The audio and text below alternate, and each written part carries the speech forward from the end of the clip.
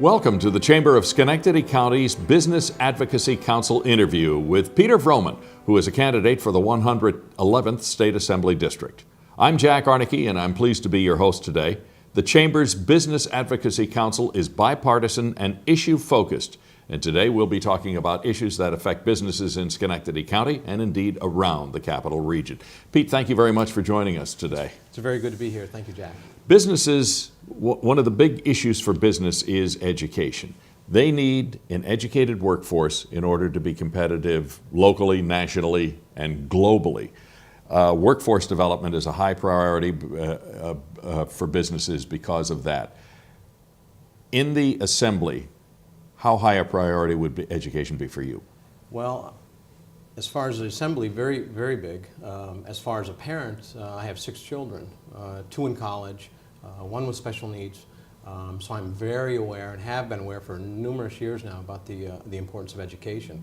And it's not the same as when I came up and graduated out of Galway. There were readily available jobs without a continuing or further education.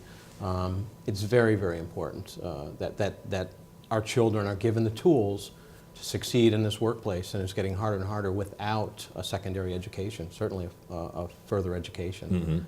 Mm-hmm. One of the issues is the inequity in the amount of state aid. Schenectady getting 54% of the state aid that it's eligible for. Other districts getting more. You heard from out in Montgomery County. Some of those districts do get more than that. There's a district down in Long Island getting 110%.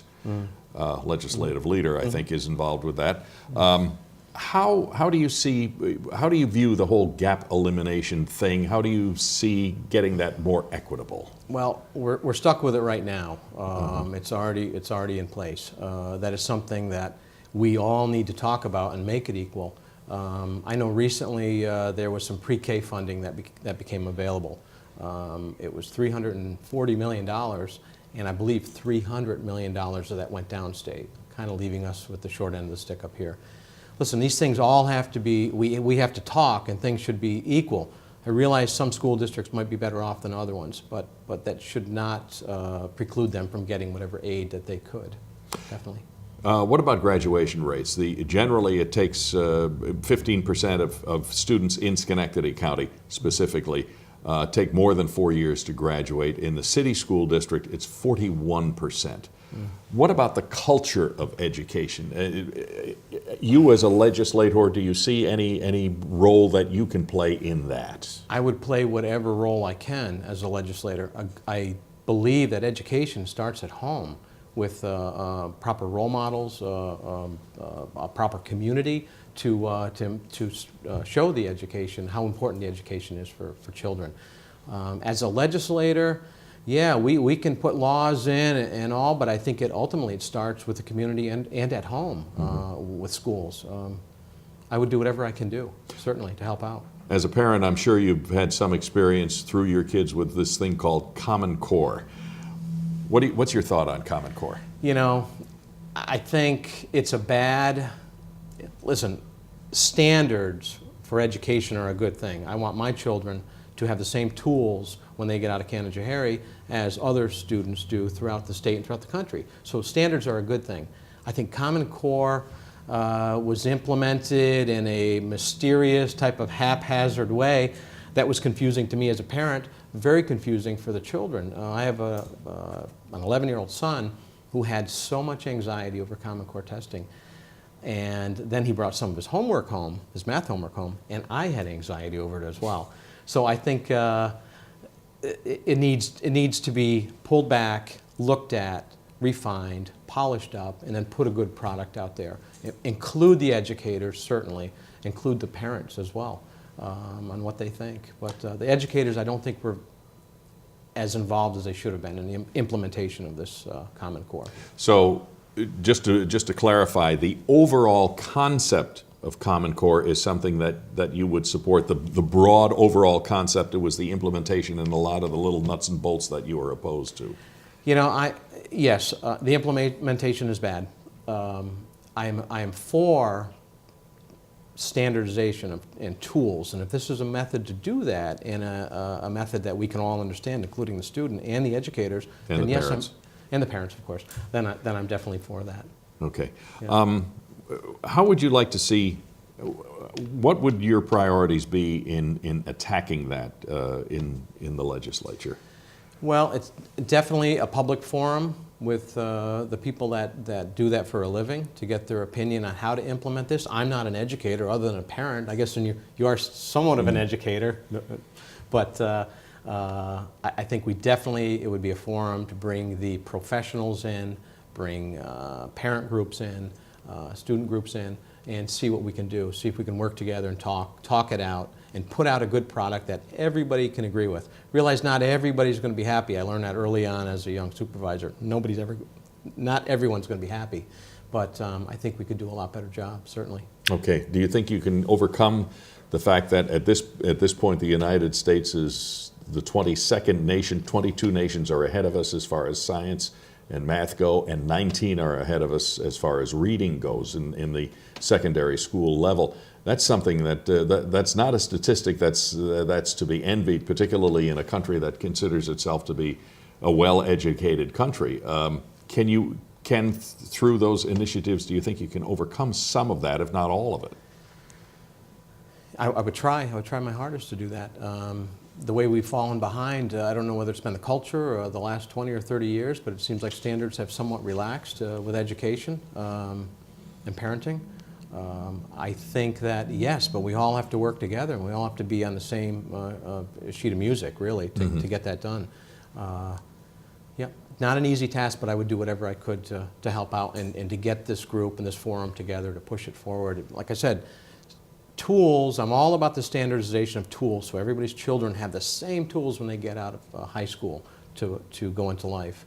And I'll do whatever I can to push that forward. Okay, and we really, when you concentrate on that, you're concentrating an awful lot on the science, technology, engineering, and math, those so-called STEM courses that you're looking at. And yet I hear a number of people saying what the world really needs is plumbers and electricians. Your view on those types of jobs, the more hands-on, I guess for lack of a better word, vocational type jobs, but very, very important jobs too. What about exposure, kids being exposed to those? Well, being a parent of 6 children, I have some that are more college oriented, and I have some that I know are more vocational oriented. Even though I encourage the one that is more vocationally oriented to go to college anyway, you still need a degree, a 2-year degree. It'll serve you well. But yes, have those opportunities there for vocational training. Certainly, we always need electricians, always need auto mechanics, airplane mechanics. You always need that. But you still should have at least a 2-year degree to round you off and to balance you off. Okay. Definitely. Let's get into mandates just a little bit. Governor Cuomo says the state is very good at telling local governments what it needs to do without providing the money to do it. There are mandates. For example, Medicaid takes the average taxpayer, property taxpayer, takes like about 30% of a property tax bill. You have other mandates that chew up another 30 to 40%, and this is before one cop gets paid or one hunk of garbage is picked up. How do you view that? What do you see your role in that? I see my role there as perhaps getting people to talk. I don't perceive there's any conversation about resolution to any of these issues. Mandates are unfunded mandates. Are really crushing us in the middle class. I know my taxes keep going up. Everybody's taxes keep going up. In my travels throughout the legislative district, everyone tells me they're not happy with their taxes. Yes, unfunded mandates. We need to talk about them in a public forum. We need to get both sides talking about it to see what we can do and where we can trim stuff down, where we can make stuff more efficient. When I was a deputy U.S. Marshal, I was very good, for 28 years, I was a marshal. Our world changed, the job changed, and we were frequently asked to do more with less. And what it caused me to do, really, was to become a good problem solver and to think outside of the box. And that is what we need to do in Albany. We have these problems. We need to think outside of the box, bring in some outside type of experiences that have worked for us, and try them out. We can see about perhaps the federal government helping out a little bit with some of these unfunded mandates as well, some relief there. But we need to start talking about it because these problems are not going away anytime soon.